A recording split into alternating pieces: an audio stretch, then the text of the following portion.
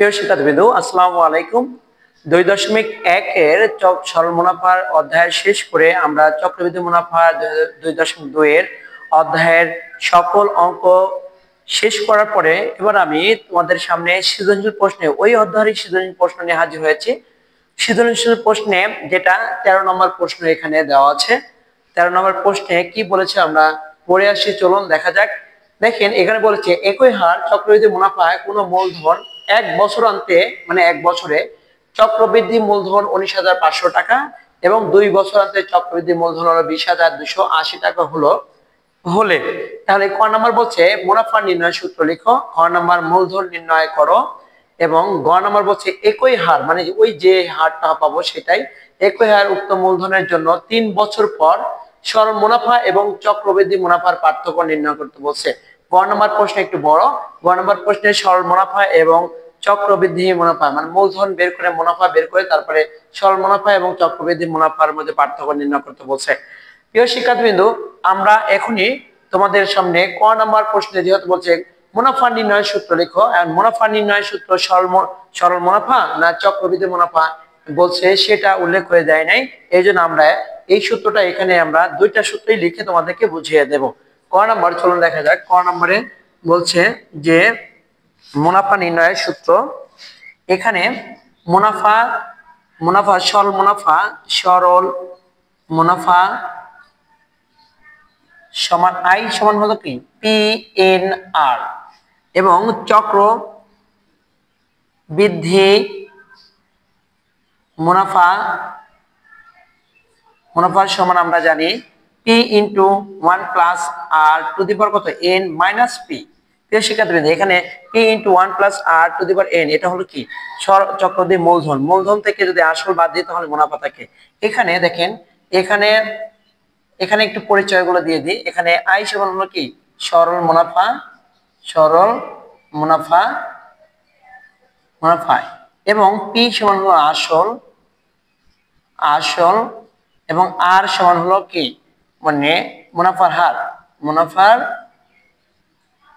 হার এবং এন সমান হলো কি বছর মানে সময় যে কয় বছর সেটা। ক নম্বর প্রশ্ন সমাধান করার পরে এবার খ নম্বর প্রশ্ন নিয়ে আমি তোমাদের সামনে হাজির করব। খ নম্বর প্রশ্নের সমাধান করো। খ নম্বর প্রশ্ন মূলধন নির্ণয় করো এখানে বলছে। চলুন দেখা যাক খ নম্বর প্রশ্নে কি দেওয়া আছে। খ নম্বর প্রশ্ন এখানে আমি সমাধান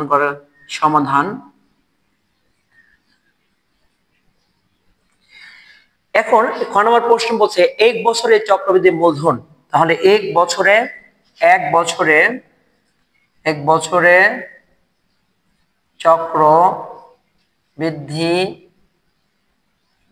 চক্রবৃদ্ধি কত 19,000 মূলধন, এটা 19,500 টাকা মূলধন। তাহলে P ইন্টু কি 1 plus R to the power কত 1 এবং 2 বছরে পরে বলছে কি 2 বছরে চক্র বৃদ্ধি কত 20,280 ইকুয়াল কত P into 1 plus R to the power কত 2 বছর। এখানে এটা 1 নম্বর সমীকরণ, এটা 2 নম্বর সমীকরণ। এখন 1 এবং 2 নং সমীকরণ থেকে পাই আমরা এখন এখানে আমরা 2 নং সমীকরণকে ভাগ দেব 1 নং সমীকরণ দিয়ে। তাহলে 2 নং সমীকরণকে আমরা ভাগ দেব 1 নং সমীকরণ। তাহলে 2 নং সমীকরণ হলে এখানে আছে হলো P into 1 plus R to the power কত 2, নিচে 1 নং সমীকরণ P into 1 plus R to the power কত 1 ইকুয়াল কত এখানে হলো 20,280 আর এখানে হলো 19,500 এটা আছে। একটু খেয়াল করি তাহলে P আর P কেটে গেলে 1 প্লাস R টু দি পাওয়ার 2 আছে, এখানে 1 প্লাস R টু দি 1 আছে, তাহলে এটা একটা চলে গেল। তাহলে থাকে 1 প্লাস কত R ইকুয়াল কত 20,280 আর 19,500। তাহলে এখানে আমি 19,500 গুণন কত 1 প্লাস R ইকুয়াল কত 20,280 মানে আর গুণ করেছি 19,500 থেকে 1 প্লাস R গুণ করেছি, গুণ অবস্থায় রেখেছি। আর এটা এখানে কিছু নাই মানে কি 1 আছে, 1 দিয়ে এটা গুণ করলে এটাই হয়। তাহলে এখানে 19,500 প্লাস 19,500 আর সমান কত 2,280 এটা আছে। তাহলে এখন দেখেন এখানে 19,500 আর ইকুয়াল কত 20,280 থেকে এই 19,500 এই পাশে প্লাস আছে ওই পাশে কি হবে চলে গেলে কি হয় মাইনাস হবে। তাহলে 19,500 মাইনাস করে দিলাম। তাহলে এইখানে তোমরা 19,500 আর এইখানে বিয়োগ করলে এই শূন্য এই শূন্য এই শূন্য কি শূন্য এই শূন্য আর এই 8 8 কত 8 5 আছে কত বলবো 7 হাতে 1 1 আর 9 10 10 আর 10 মিলে গেল শূন্য আর হাতে 1 1 1 1 2 2 মিলে বামে শূন্য বসে না। তাহলে আমাকে এখানে হবে আর সমান হবে কি 780 ভাগ কত 19,500 এখানে 1 দিয়ে কাটলে এখানে হবে কি 25। তাহলে আর এর মান পাইলাম হলো কত 1 ডিভাইড কত 25 এই মান পাইলাম। এন্ড আর এর মান আমি 1 নং সমীকরণে বসিয়ে পাই। আর এর মান আমি 1 নং সমীকরণে দেখেন 1 নং সমীকরণটা কি ছিল আমাদের ছিল হলো p ইনটু আর এর মান 1 নং সমীকরণে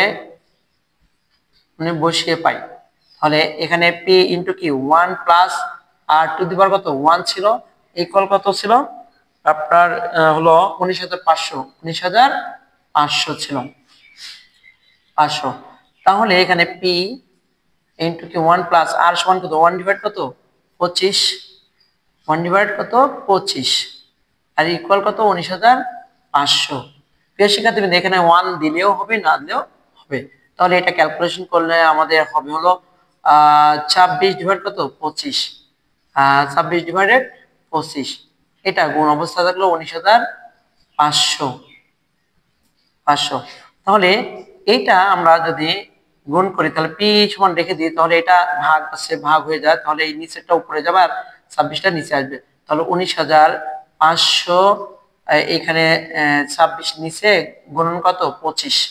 তাহলে এখানে যদি কাটি তাহলে 750 এটা হবে 750 এবং 25 যোগ গুণ করলে আমাদের হবে 18,750 টাকা হবে। তার মানে মূলধন হবে কি আমাদের 18,750 টাকা। যেখানে আমাদেরকে খ নম্বর প্রশ্ন বলছে মূলধন নির্ণয় করো 18,000 তাহলে মূলধন আমরা পেলাম 18,750 টাকা।